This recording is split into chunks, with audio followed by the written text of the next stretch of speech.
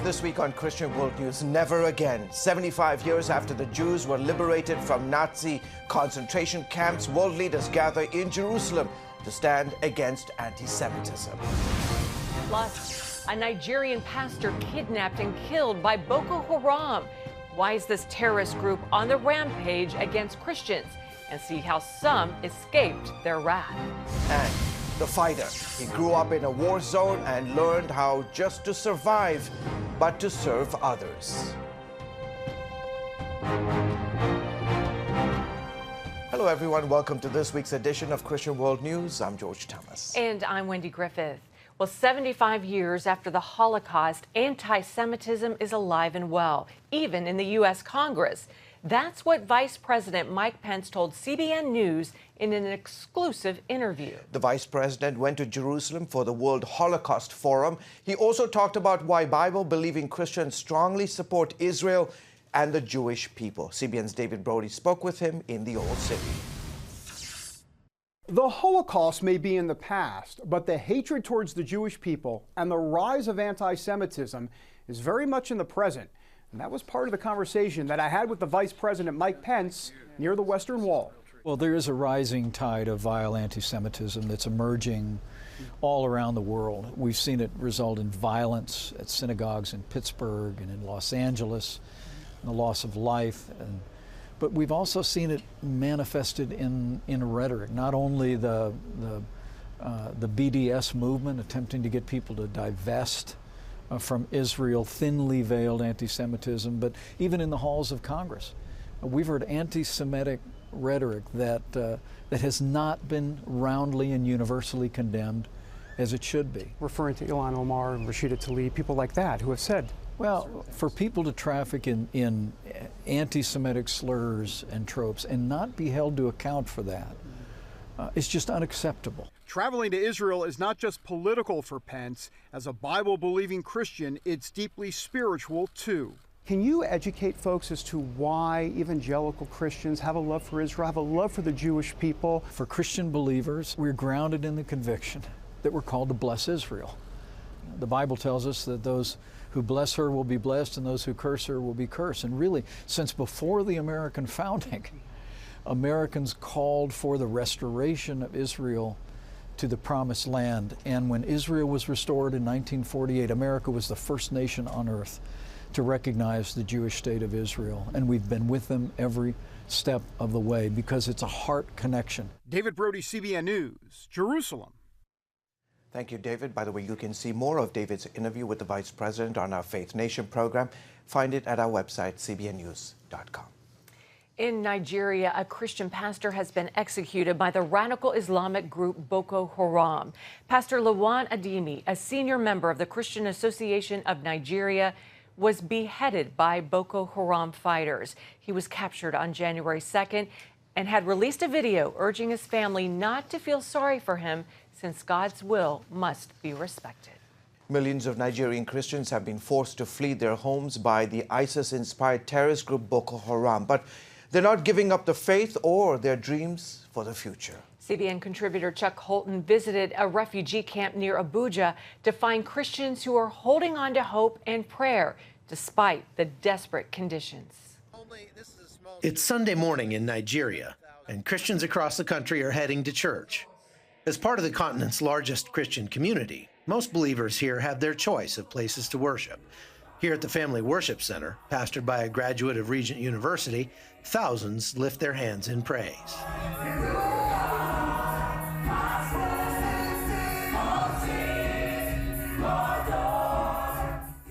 But just a few miles away on this Sunday, these people tried to find enough food to survive another day.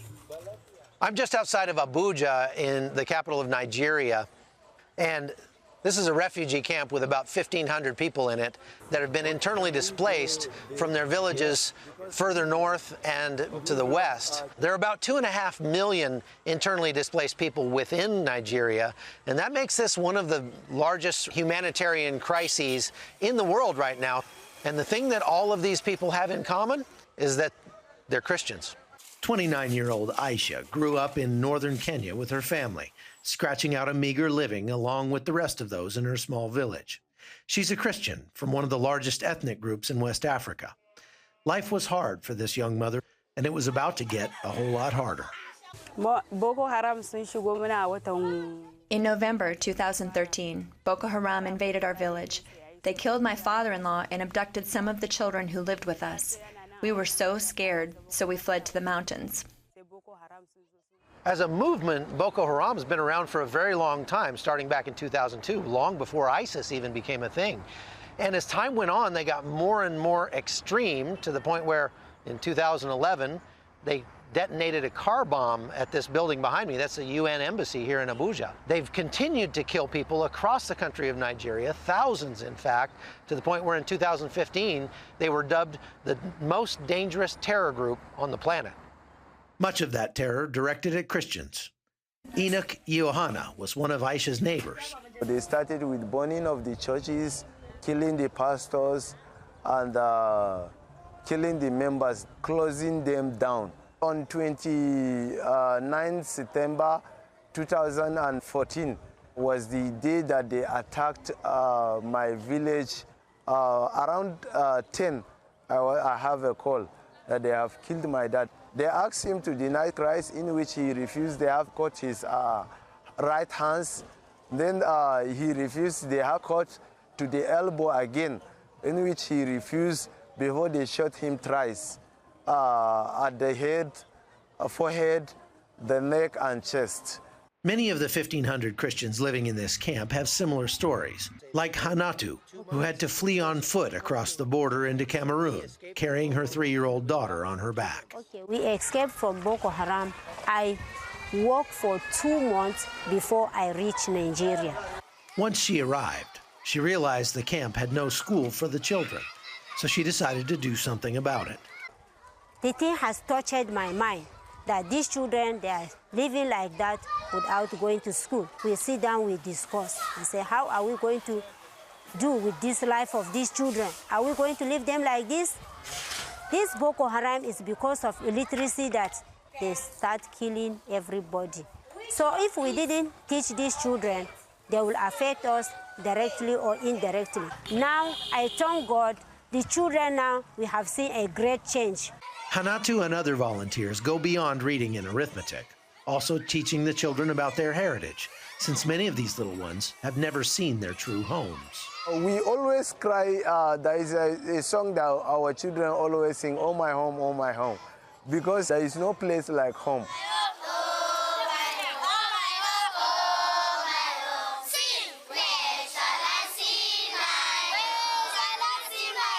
It's been raining all night long, and you know, the polyethylene on the tops of these shacks here gets leaky very quickly. One of the hardest things about living here is the leaky roofs during the rainy season, because water constantly drips onto our bed. We depend on people to feed us, so when they are unable to give us food, we go hungry. The Nigerian military has mounted large offensives against Boko Haram in recent months, and even with heavy losses on both sides, there seems to be no end in sight. Despite the hardships, these displaced Christians are firm believers in the power of prayer. My faith has helped my prayer life, and I believe the prayers of the other saints around the world have helped us to get through this hard time. My desire is for God to restore all those who have been displaced and allow us to go back to our homes so that we can worship God together and live in peace. In Nigeria's capital city, I'm Chuck Holton for CBN News. Up next, growing up in a war zone taught him how to fight and to use his skills to help others survive. He founded one of the world's largest television ministries. Welcome, folks, to the 700 Club. Formed a global relief organization demonstrating God's love in action. Thank you for helping us. Established a leading university. Graduates, flip your tassels! And became a New York Times best-selling author. Now, Pat Robertson wants to share with you significant insights learned from a lifetime in the Word of God. In his latest book, 10 Laws for Success, Keys to Win in Work, Family, and Finance. You'll discover the laws that govern success and how they can work for you. A real-world guidebook that can revolutionize your life. Call now, 1-800-700-7000, or go to cbn.com to receive Pat Robertson's latest book, 10 Laws for Success. I'm Ephraim Graham, and this is Studio 5. Cruise with me as I discover the good things happening in the world of music, sports, television, and movies. The fact that Ryan Coogler was going to be directing the film, I knew that something special was going to happen. We'll chat with artists at the forefront of entertainment and explore the connection between popular culture and faith. I asked my pastor, I said, well, does that mean I'm supposed to be a preacher? He says, well, no, you already have a pulpit. Watch Studio 5, Wednesday night at 9:30. As the world watches from the outside, it's a big diplomatic tug of war here in the Middle East. Go inside the story with Jerusalem Dateline. Israeli archaeologists are talking about a discovery that could change the thinking about the Temple Mount. Join CBN Jerusalem Bureau Chief Chris Mitchell and get the biblical perspective on the events shaping the world. It's what starts in Israel then ends up going to other places. Watch Jerusalem Dateline, Friday night at 9:30 on the CBN News Channel. One country, two wars. The 1967 Arab-Israeli War and Jordan's 1970 crackdown on the PLO led to much unrest in the Middle East. For one young reporter, it was a daily fight to stay alive. Take a look. Born into war, Abdallah Daher learned at an early age what it means to survive in a country ravaged by chaos, uncertainty, and death. In 1970, Lebanon was the battleground in a war between Israel and Palestinians. The Palestinian Liberation Organization launched bombs and missiles and rained gunfire from Lebanon on Israel daily. And while Israelis defended their country, a civil war was stirred between Lebanese Christians and Muslims. Young Abdallah found himself in the middle of these two wars. As a reporter, he has experienced firsthand death and deep loss. But in 2000, Abdallah and his family finally found asylum from the war in the United States. Today, the award-winning reporter, producer, and director is sharing his story.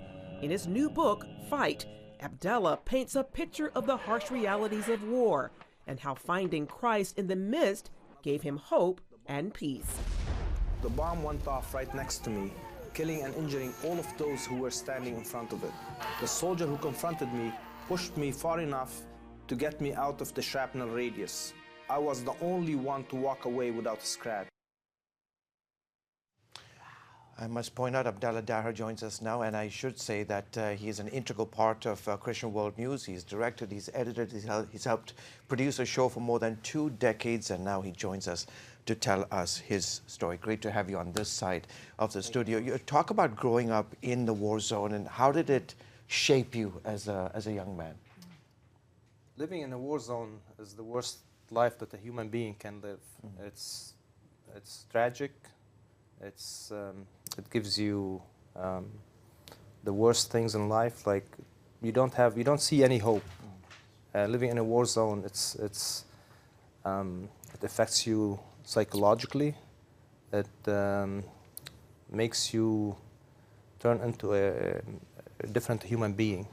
You become heartless, you become emotionless, and sometimes I contemplated like killing myself because I became a person that I didn't know myself. I lost my identity as a human being, and that was, of course, before I met Christ and became a Christian. But the war was really affected me tremendously, and it was tough for me and my siblings as well, and my parents. Well, I've read your book. It's absolutely amazing and frightening.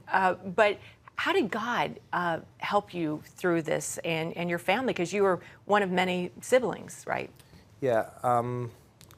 My walk with the Lord after I became a Christian, it changed my life, because before my walk with the Lord, I pushed the envelope. I tried to do the most extreme things that I can do to just see how far I can push my luck, because life didn't mean anything to me. You reach a point where you're desperate. Because you're surrounded by death. Yes, you're surrounded by death. It's so tragic, and you can't see light at the end of the tunnel. You're just hopeless. Right. So I'm like, okay, since it's going to be, because I don't know when I'm going to die, if it's going to be today, tomorrow. So every day goes by, you know that this is a win. Wow. So that's why I took things to the extreme, and I wanted to just see how far I can push it. And that's why some of the video that you saw in the setup package was so extreme, because I was in the middle of everything. And when the Lord protected me many years, many years, protected me over and over and over. And I didn't know it, I didn't see it. I just felt like it's because I'm courageous. I can jump into the middle of the battlefield and be there. That's what's making me survive. But then when I accepted the Lord and became a Christian, I knew that the Lord was protecting me and was watching over me this whole time. Tell us how you came to America. Because of the war and everything that we went through in Lebanon, I had enough, and I decided to leave the country, because I didn't want for my children to live the same life I lived, because that was not a life for people to live, and I don't want for them to have the insecurities, the instability, all the things that I had to face. I don't want for them to face. I wanted a better future for them. I wanted a better life for them. So that's why I decided to leave the country and go into a refugee camp. And from there, I came to the U.S., and I've been living here ever since. One of the things I remember so vividly about your book is that your family, whenever there was bombs falling all around you, your entire family would run into this bunker that you had about, what, 100 yards from the house or so? Or? Yes, yes. And you'd have to stay there for days at a time. Why did you decide to write about all those memories in fight? There was like multiple reasons why I decided to write about it, because first I just felt like people should know about other people's lives. And the one main thing was my children. I wanted for my children to learn and understand that they shouldn't take anything for granted. Right. Because we become complacent, we become ungrateful for the things we have. And I wanted for everybody to know that they should be thankful for the things that they have in life, and they should be grateful to God that they are blessed big time. Yeah. Okay, the book is called Fight, Confronting Evil, Escaping Darkness. In the midst of other tragedy, it is also a story of hope, hope that you can find in Jesus Christ. My good friend, congratulations on the book, and great to have you on the show. Well, folks, coming up, Taking Flight, how this man's vision for serving missionaries is about to get off the ground. It's about the competition. I kind of put that pressure on myself, and I think people had expectations. It's about overcoming. We use this phrase all the time, keep chopping, keep practicing hard. It's about going the distance. You know, I think as a father, it's my job, you know, to lead, just be the best husband and father I can be. Watch Going the Distance with Sean Brown Saturday night at 7:30 on the CBN News Channel. Orphans Promise is committed to loving and serving at-risk children, to helping keep families together, and to creating opportunities for strong and sustainable communities around the world. We're working in over 60 countries around the world, and with your help, we can do even more. There's an old African proverb I love that says, if you want to run fast, run alone. But if you want to run far, run together. At Orphans Promise, we want to run far so we can touch the lives of as many orphaned and vulnerable children as possible. But we don't want to go alone. We're out to change the world, one child, one family, one community at a time. Will you join us?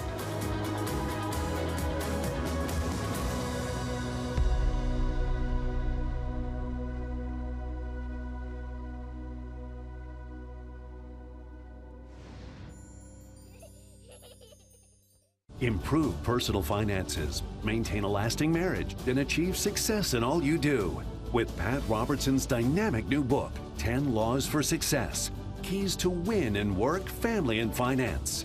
These supernatural laws of the universe will help you to overcome life's challenges and to accomplish your goals. Transform yourself and revolutionize your life now with Pat Robertson's 10 Laws for Success. Call now or visit cbn.com. The world's first Christian airline is preparing to take off. That's exciting. CBN's Caitlin Burke reports it serves missionaries through the air so that they can serve on the ground. Battery switch on. Standby pump on. APU door open. At the North Texas Regional Airport is an aviation ministry dedicated to fulfilling the Great Commission. We give wings to missionaries. The Great Commission tells us we go to all the world and preach the gospel to every creature. Judah One has a hangar full of small planes and plans for a commercial fleet able to transport missionaries and their cargo around the world. We're able to get out in the mission field to take smaller teams, 12-member teams, 10-member teams such as that, taking them in the mission field. But in the future, once we get our certification, the 125 certification for the large plane, then we can carry the larger teams of up to 136 with our MD-83 and 17,000 pounds of cargo. And of course, we can go anywhere with those. When Hurricane Dorian hit the Bahamas, Judah One made it possible for CBN's Operation Blessing to reach and help storm victims. In the case of a natural disaster like happened with Dorian, we need to be in there quickly. That was Operation Blessing. They contacted us initially saying, look, how can you help us to get our teams in quickly? And that's where the small jets really come in handy. A lot of times the major airports are not open where they can handle the larger planes coming in. They not only transported Operation Blessing staff to the hard-hit islands, but also moved pallets full of supplies, including water purification systems, chlorine, disaster recovery supplies, and medical aid. What do you feel in your legs, right? Blood pressure? Yes. Judah One started operations in 1994 after founder Everett Aaron says God spoke a calling over his life. I see hundreds of these airplanes lined up as far as you can see. They're full of food, medical supplies, Bibles. The engines are running on them. I can see the crew in the cockpit. I can see the flight attendants inside the plane. I mean, these planes are ready to go. And I get super excited because, I knew in my spirit these planes are missionary aircraft, and they're taking supplies into the mission field. He saw missionary teams lined up outside the planes, but no one would board. Aaron says he could feel a grieving of the Holy Spirit, so he asked God why no one was moving. And the Lord spoke, and he said, none of these people, and when he said none of these people, it wasn't just the missionaries. I saw the pilots on the planes, the flight attendants, the mechanics that maintain the planes, everybody that's associated with doing this stuff. He said, none of these people can do what they're called to do until you get the airplanes. This is my call in your life. Aaron hopes that 2020 will be the year Judah One goes from a private nonprofit organization to the world's first Christian airline. Becoming the world's first Christian airline is opening doors for us to be able to go anywhere in the world and do anything. But it also is opening doors for us because part of our heart is not just, in being an airline, is not just transporting the missionaries, but by getting into that world of becoming an airline, we want to open our own flight school. We want to be able to train missionary pilots. It opens doors for us to do so many things. The Judah One motto is your hands, God's love, our wings. So when you're ready to answer the call to go, they're ready to take you. Caitlin Burke, CBN News, Denison, Texas. Thanks so much, Caitlin. And stay with us. We'll be right back with more Christian World News. From Washington, D.C., uncompromising stories, interviews, and analysis from veteran journalists David Brody. Escalating fight. Jenna Browder. Chose his words carefully. Ben Kennedy. Plan to join him. And Amber Strong. For impeachment grows a little bit louder. Bringing you the political news that matters. We get out and tell the story of the progress that we're making in this country. Watch Faith Nation, weeknights at 6 on the CBN News Channel. On the home front. Thanks for joining us for CBN's On the Home Front, where we highlight what the men and women of America's military do to defend our country. CBN honors the men and women in our military with an initiative called Helping the Home Front. It partners with churches across the country to meet the needs of their military families, from repairing homes to wiping out medical bills for wounded veterans. On the Home Front, Tuesday morning at 10:30. He founded one of the world's largest television ministries, established a leading university, and became a New York Times best-selling author. Now, Pat Robertson wants to share with you significant insights learned from a lifetime in the Word of God. In his latest book, 10 Laws for Success, Keys to Win in Work, Family, and Finance. Call now or go to cbn.com. Meet the pastors who are preaching the gospel in a fresh, fearless way.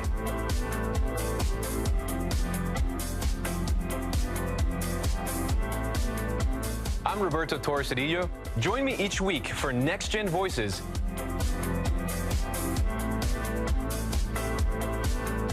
And watch God transform a generation.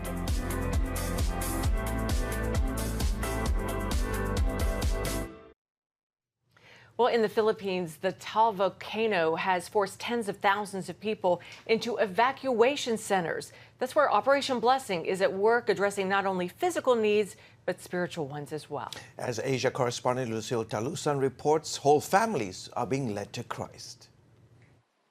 Remedios Akdalan is so sad to see her whole family enduring the discomforts of staying in an evacuation center.